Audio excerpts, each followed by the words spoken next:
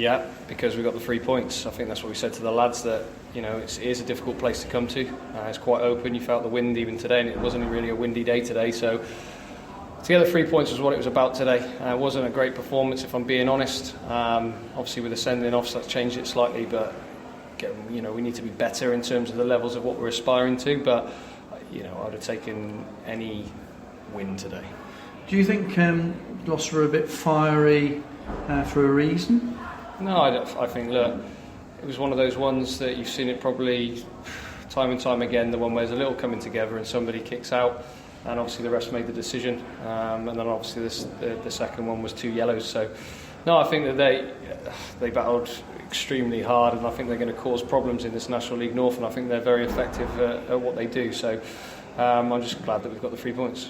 Were you worried that you weren't quite creative in the final third? Yeah, no, 100%. With against 11, or even when they went down to 10 or 9, I still felt like we needed to have a bit more urgency in our game. And I've just gone in and said that to the lads, that it's nowhere near the levels we need to be at, but it was nice that they found a way to win, even though it was a long time coming, really, with the second goal. Weren't much of a threat, I didn't think, City, apart from free kicks and corners, and I think Kieran Thomas put his body on the line a couple of times. Yeah, I'm not sure who got the block in when I think it was 1-0, but there was an unbelievable block that sent out for a corner, and you know what threat they do pose at set pieces. They scored the winner at Blythe from a corner, obviously on Saturday, so we knew from free kicks, and that free kicks and corners, and it's ensuring that our lads aren't giving away silly free kicks and inviting pressure on, especially when the opposition are down to 10 men. So lots of things to take from the game in terms of learning and making sure that we just get better and better as we go along. You changed it before kick-off, put Rhys Dyche on the substitutes bench. Any particular reason for that? Yeah, just to kind of freshen it up a little bit.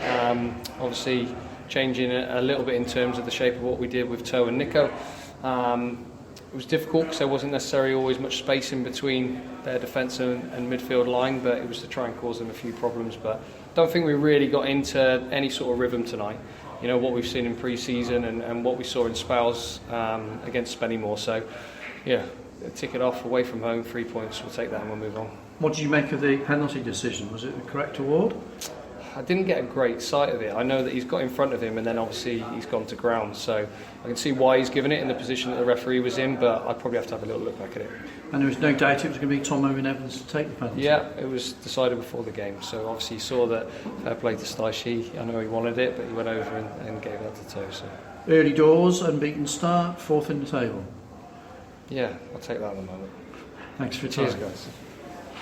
How important was it once they went down to 10 men that we didn't follow them because they were baying for someone to get sent off? You know what? It was the half-time team talk. It was ensuring that any of the lads, obviously I took one off that was already on a booking, other lads that were already on a booking, and just making sure that we were professional in the second half and we didn't allow the referee to even it up. And I thought we actually managed that part of it pretty well. I don't think there was another contentious issue in the second half where you thought, we could go here. So I'm really pleased from that perspective. Yeah.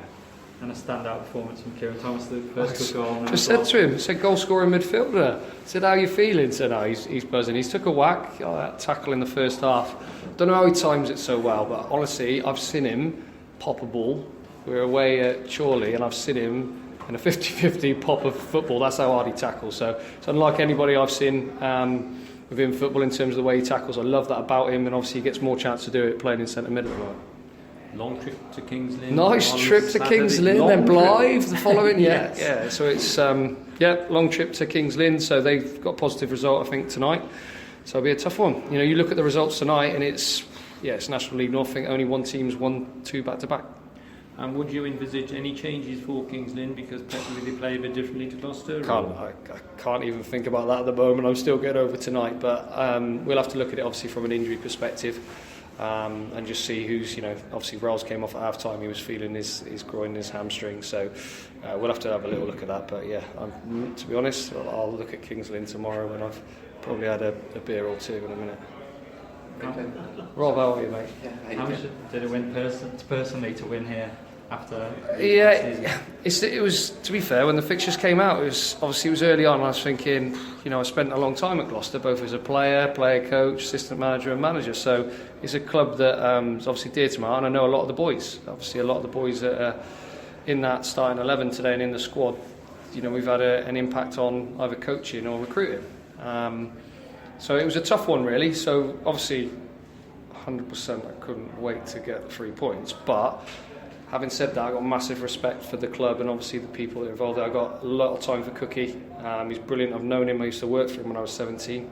So going back the years. So yeah, I've known him for years. I've got massive respect for him and obviously the boys that are there. Great support from the Hereford fans. Oh, it's fantastic. But perhaps a little bit quiet on times. Oh no, but I think it's such an open ground. I think that's what you kind of, in terms of it is just so open, and that wind just whips in over the hill. That it was good to see it so packed. I don't know what the final attendance was. 1,500. Was it? So yeah, that's brilliant. 1,570. Fantastic. Look at that. See stats up at the back there. So yeah, no, it's great, and I appreciate the support. It was fantastic, and hopefully we can take a few to Kings Lynn to spur them on, and then obviously Telford on Tuesday. What did you think of Gloucester? I thought they were excellent.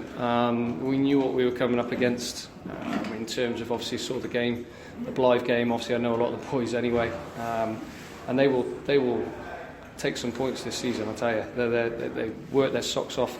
They're dogged in terms of how they defend, and they cause you problems. And very effective at what they do. Did you take much notice of some of the things that have been happening from you? I couldn't hear a thing. So focused on the game, you can't hear a thing from the sidelines.